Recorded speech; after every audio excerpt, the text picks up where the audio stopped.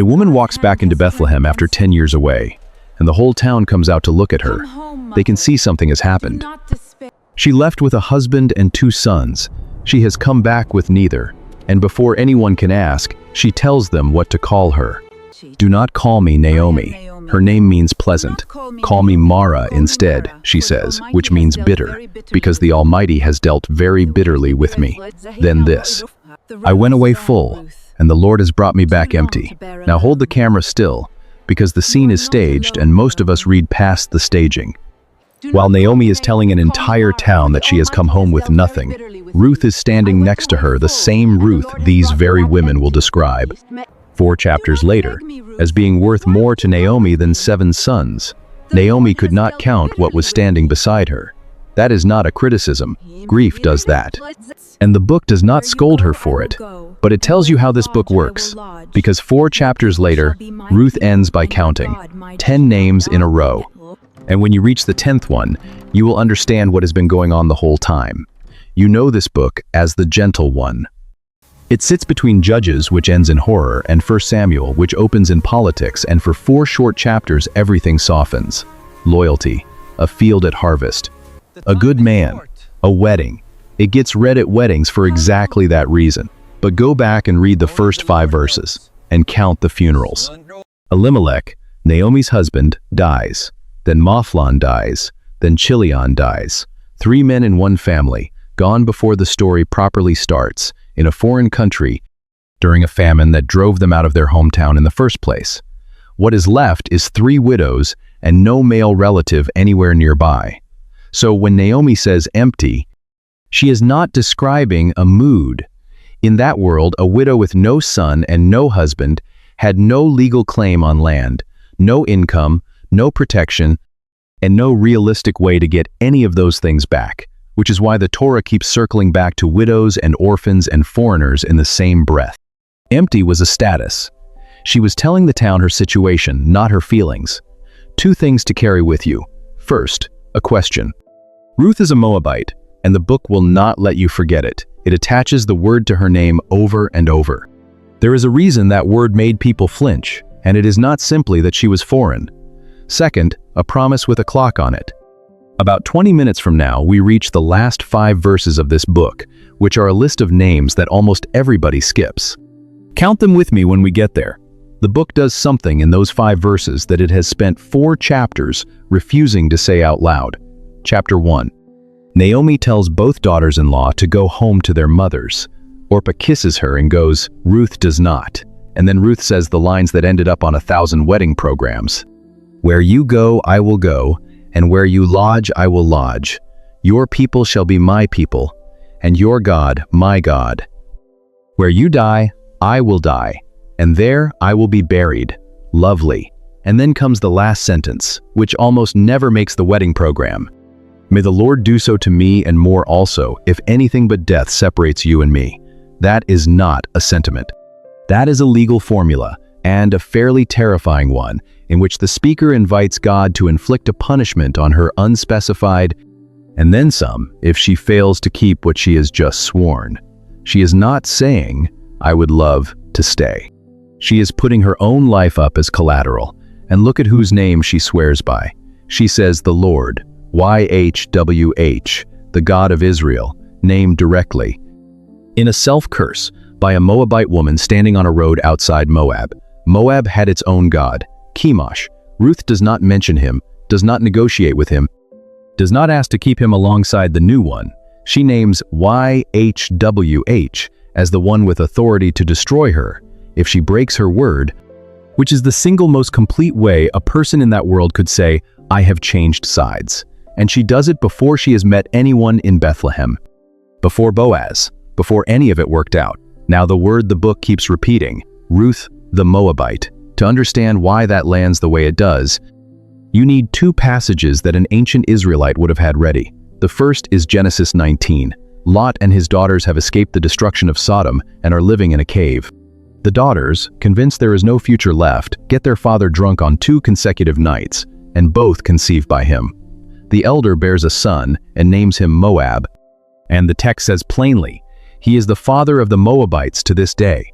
Many commentators point out that the name sounds like the Hebrew for "from the Father." I want to be careful and call that a wordplay the passage invites rather than a proven derivation. But the story itself is unambiguous. And it is the origin story every Israelite child grew up hearing. The second passage is worse, and it is specifically about women. Numbers 25. Israel is camped at Shittim, on the edge of the Promised Land, at the end of 40 years of wandering. And the text says, the people began to whore with the daughters of Moab. These invited the people to the sacrifices of their gods, and the people ate and bowed down to their gods. Not the men of Moab, the daughters of Moab. A plague follows. I want to be honest about one thing I left out of that sentence. The two places in Scripture that give a death toll for what happened at Shittim do not give the same number. So I am not going to quote you a figure that I would have to pick a side to say. So put those together and understand what an Israelite hears in the phrase Moabite woman, not a stranger, a file, incest at the origin, idolatry at the border, and a national memory of exactly this kind of woman being the reason a plague swept the camp. That is who is standing in the barley field in chapter 2. Which brings us to a verse that ought to end the book before it starts. Deuteronomy chapter 23, verse 3. Read it slowly, because the wording matters. No Ammonite or Moabite may enter the assembly of the Lord. Even to the 10th generation, none of them may enter the assembly of the Lord forever. Even to the 10th generation. The Hebrew is a Siri dor, the 10th generation. And then the word forever, sitting at the end, like a lock on a door. This is not an attitude. It is not a prejudice the book is going to correct. It is written law in the Torah, in a section of Deuteronomy dealing with who belongs to the assembly, and it names Moab specifically. Now read the next verse, because the law gives its reason, and the reason turns out to matter enormously. For they did not meet you with food and water on your way out of Egypt, and they hired Balaam, son of Beor, from Pethor in Aram Naharaim, to curse you. That is the charge. Moab is excluded for two things. They withheld bread and water from people who had nothing, and they paid a man to speak a curse over them.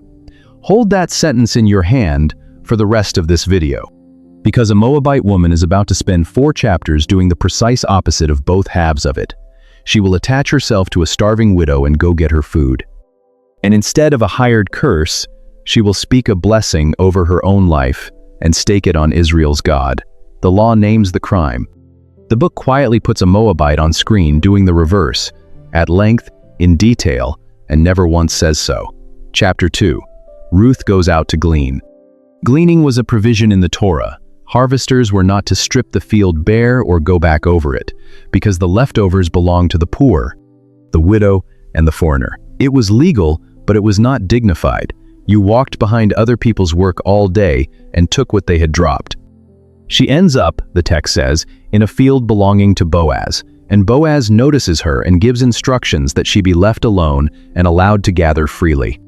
Then she says something to him that is easy to translate past. Why have I found favor in your eyes? That you should take notice of me, since I am a foreigner? The Hebrew word she chooses for herself is nakria. It is not the gentle word. Hebrew had a term for a resident alien living under Israel's protection.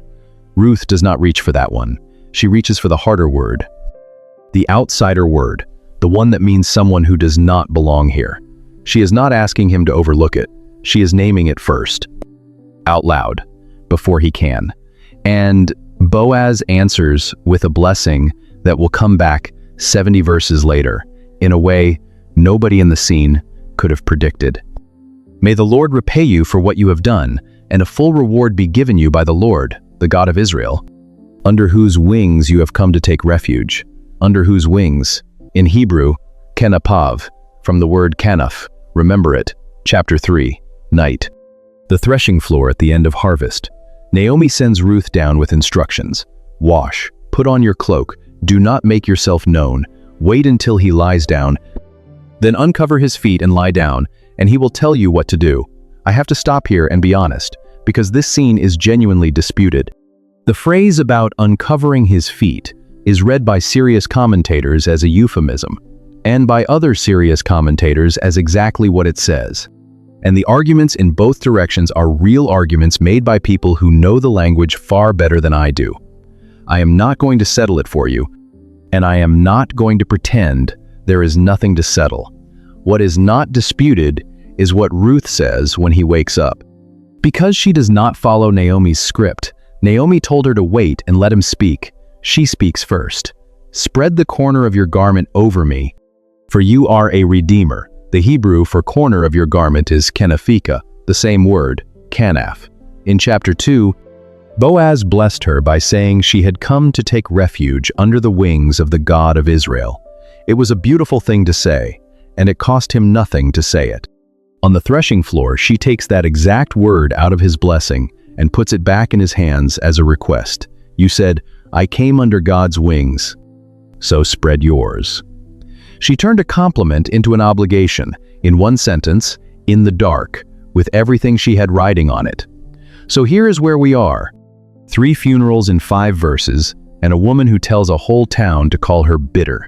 An oath with a self-curse in it, sworn on Israel's God by a woman from Moab.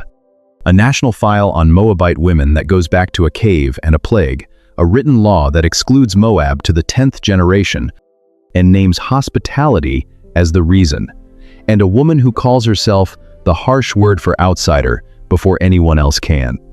Everything here comes out of the Hebrew text, a lexicon, and a scholarly edition of an ancient rabbinic commentary, and the research sheet behind this video lists every source with a link including 6 claims I checked and then refused to use, one of which is a number.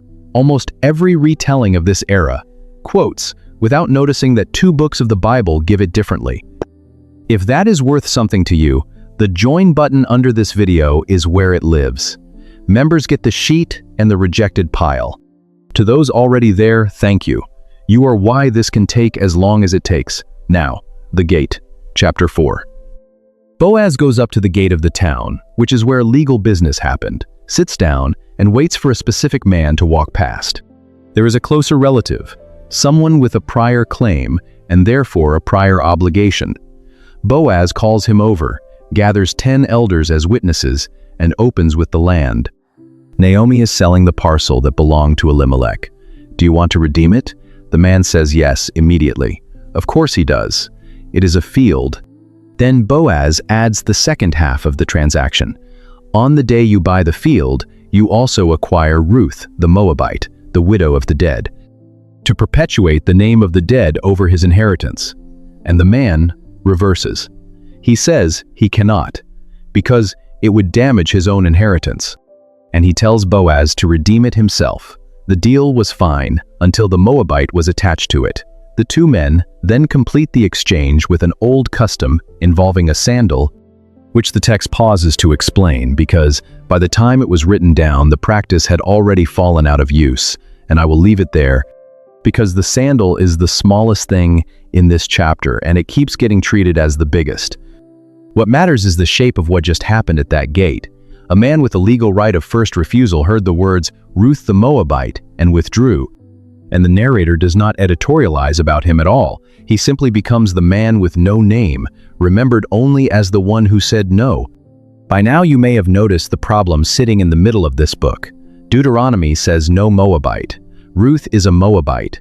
Ruth marries into Israel, and her great-grandson runs the country. That problem is not new, and it did not go unnoticed. Jewish interpreters worked on it for centuries, and there is a classical answer.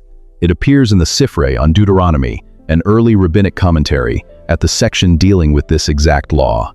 The reading is remarkably compact. An Ammonite, but an Ammonite woman is not excluded. The argument is grammatical. The Hebrew terms in Deuteronomy 23 are masculine, so the ruling is that the prohibition covers Ammonite and Moabite men and does not cover the women. The text attributes this position by name, words of Rabbi Judah. And here is the part I appreciate, because it is the sort of thing that usually gets sanded off when this answer is repeated. The sages in that same passage argue back. They give a reason for the exemption rather than resting on grammar alone. The charge in Deuteronomy was about failing to come out with bread and water. And since offering hospitality to travelers was men's work in that society, the women should not carry the punishment for something that was never theirs to do. That is a real answer. from real interpreters, preserved with its own internal disagreement intact, and I want to give it full credit, because it is more careful than most of what gets said about this book on the internet, including by people who agree with its conclusion. And it is a satisfying place to stop. I am not going to stop there, because there is something about that answer that has to be said plainly. The cipher was written down centuries after the book of Ruth. It is a later reader solving an earlier reader's problem. That does not make it wrong, later readers can be right, but it does mean it is not the book of Ruth's answer. So what is the book of Ruth's answer? It does not have one, and that is not me failing to find it. The book of Ruth never mentions Deuteronomy 23. Not once. Not a quotation, not an allusion anybody agrees on, not a character raising the objection so another character can answer it. Nobody at the gate says, "Wait, is this legal?" Nobody in Bethlehem cites the statute. The elders bless the marriage without a hint that anything needs clearing. 4 chapters, the word Moabite over and over, and total silence on the law that should have stopped it. That silence is the loudest thing in the book, and it is doing something different from an argument. An argument would raise the objection in order to defeat it. This book refuses to raise it. It simply walks her through the door in front of you, slowly, in daylight, and lets you notice on your own. One more note here, because it is relevant and because the honest version includes it. When the book was written is genuinely disputed. E. Alan Jones III, a professor of Bible at Corban University, has argued for an early post-exilic date and reads the book as a counterweight to the exclusivist mood in Ezra and Nehemiah. It is a serious position. Other scholars argue for earlier dates, Jones says so himself, and nothing in this video depends on which of them is right. The child is born, and the scene that follows is one of the strangest endings in the Hebrew Bible. The women of the neighborhood, the same women who watched Naomi come home and rename herself bitter, gather around her. "Blessed be the Lord, who has not left you this day without a redeemer. May his name be renowned in Israel. He shall be to you a restorer of life and a nourisher of your old age." And then the line, "For your daughter-in-law who loves you, who is more to you than 7 sons, has given birth to him." 7 sons was the picture of a complete household. It is the number that means you have everything. And these women look at a Moabite widow and tell an Israelite mother-in-law that this one is worth more than the complete version. Then it gets stranger. Naomi takes the child and lays him on her lap, and the neighborhood women name him not the parents, which is unusual enough on its own, and the sentence they say while naming him is this: "A son has been born to Naomi." Not to Ruth, to Naomi. The woman who stood in the town square and announced that she had come back empty is handed a child. And the town says out loud, in the form of a birth announcement, that she is not. Now the 5 verses everybody skips. Count with me. The book of Ruth does not end with the baby. It ends with a list.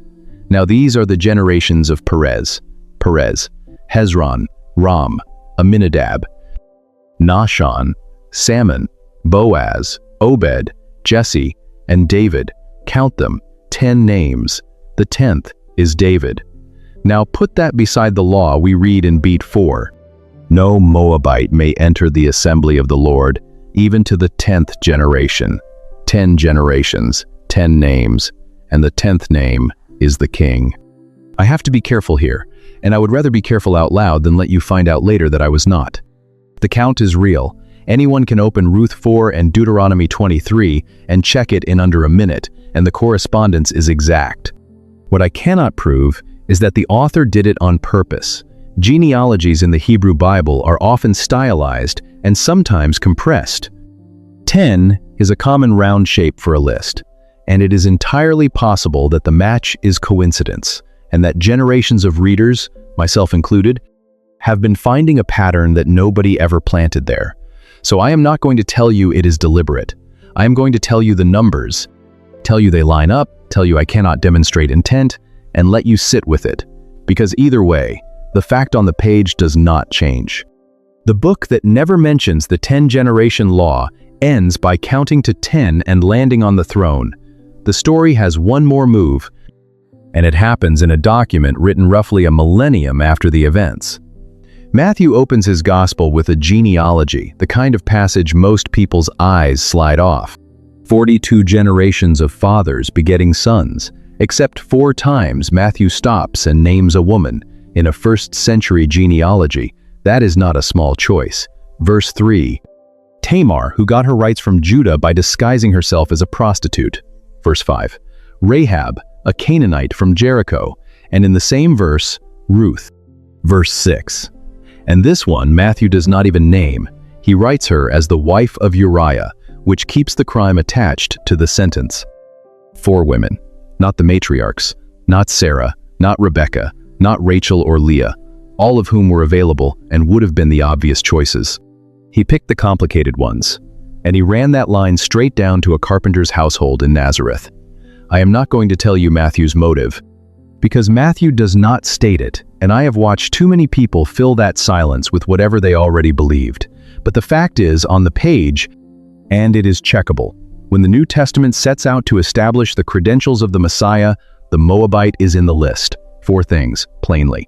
First, this is not a claim that Deuteronomy 23 does not matter or was a mistake. The video reads the law at full strength precisely because flattening it is the easy move. And a book that quietly walks a Moabite past a law is only remarkable if the law was real. Second, this is not a claim that Ruth earned her way in. That reading turns the book into a performance review. Be loyal enough and the rules will bend for you. Nothing in the text says the rules bent because she was impressive. The text says almost nothing about the rules at all, which is a different thing entirely. Third, this is not a political argument. People reach for Ruth on every side of every modern debate about borders and belonging, and I am not going to hand you a position dressed up as exegesis. What the book does with one woman in one town is not a policy. Fourth, and this one I want to say carefully. If you have been excluded from something and it hurt, this video is not telling you that your exclusion was fine because it worked out for Ruth. It did not work out for everyone in this book. Orpah went home and the text does not follow her. Whatever this story is doing, it is not a promise that every closed door opens. So go back to the town square. A woman standing in front of everyone she knows, telling them her name is bitter now, telling them she went out full and came home empty with the answer to her own sentence standing at her elbow, unrecognized, holding nothing, foreign, and about to go out and glean in somebody else's field. Then run it forward. An oath with a self-curse in it. A national file on Moabite women that starts in a cave. A law that says 10 generations and forever. A woman who calls herself the harsh word before anyone else can. A blessing about wings that comes back at midnight as a demand. A relative who wanted the field until he heard her name. An answer the rabbis built centuries later that is careful and reasonable and is not this book's answer. 4 chapters of silence about the one law that should have mattered. A birth announcement in the wrong woman's name. And 10 names in a row. The arc is not foreigner, proves herself, and is accepted. The arc is that the book never argues she needs to. It declines to hold the trial, declines to call the witnesses, declines even to admit that a trial is what a reader might be expecting, and instead just walks her in and then counts to 10. Here is why I think this lands somewhere personal.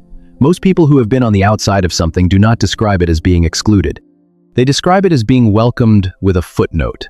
You are in the room. Nobody is unkind. But there is a fact about your history that everybody knows: a marriage that ended, a family nothing like the other families, a stretch of years you do not bring up, a background that means you are always the one being generously included rather than simply present. You learn to live inside the parenthesis. You get good at it. And the temptation, if you grew up on this story, is to read Ruth as instructions. Be loyal enough, work hard enough, say the beautiful thing on the road, and eventually somebody will decide the footnote no longer applies. That is not what happens in this book. Nobody in Bethlehem ever declares her clear. There is no scene where the elders review her case. The word Moabite is still attached to her name in chapter 4, on the last page, at the gate, in front of witnesses. She is never unfootnoted. She is just written into the list, and that is a stranger kind of belonging than the one most of us are waiting for, because it does not require the fact about you to be dealt with first, and it does not wait for the room to finish making up its mind. The list is the part that lasted. So, a woman who renamed herself bitter while the answer stood beside her. A law that said 10 generations. A book that never mentions it. And a genealogy that counts to 10 and stops on a king. She was not let in because the objection was answered. She was let in because this book never let anyone raise it. Subscribe if this changed how you read a book you thought was gentle. Leave a comment, even one word. That is how these reach people. Share it with someone who has spent a long time living inside a parenthesis. And may the God who kept a Moabite widow's name in the list, in the record, in the family, with the word foreigner still attached to it, put your name somewhere permanent too, and never once ask you to earn the ink. God bless you.